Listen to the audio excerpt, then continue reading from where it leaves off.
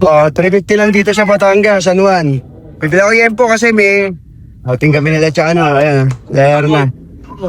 Bibili tayo yan po, mga ilang kilo po. Mga... Ganda oh. No? Tatlong tipo, ang dami natin, tatlo. Apat.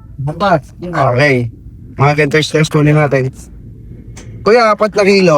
Ayan. Dito ako bumili dati ng nakaraan, yun o. Eddie Oma. Bibili tayo na 4 na kilo. Pinagay ko, dito pa. Pag una balik uli ako. Dali na, marami naman yung stock doon. Thank you, kuya o. Saan ang punta ninyo ngayon?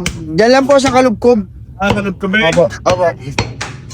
Ganyan ang stock si kuya o. Oo, di ba? Kung mapapresh yung baboy nila, pati ito, kasi po. Pata nila laman. Magkano sell nyo ngayon? Oo, ganda o. Buti natin kay kuya, kulang daw. Magkano sell nyo ngayon? Mababa po sa amin sa Pasig. Magkano na? Mura lang po, parehas lang po tayo ng presyo. Yan kuya. Ayan o, ganda o. Okay, tara na, ready na to.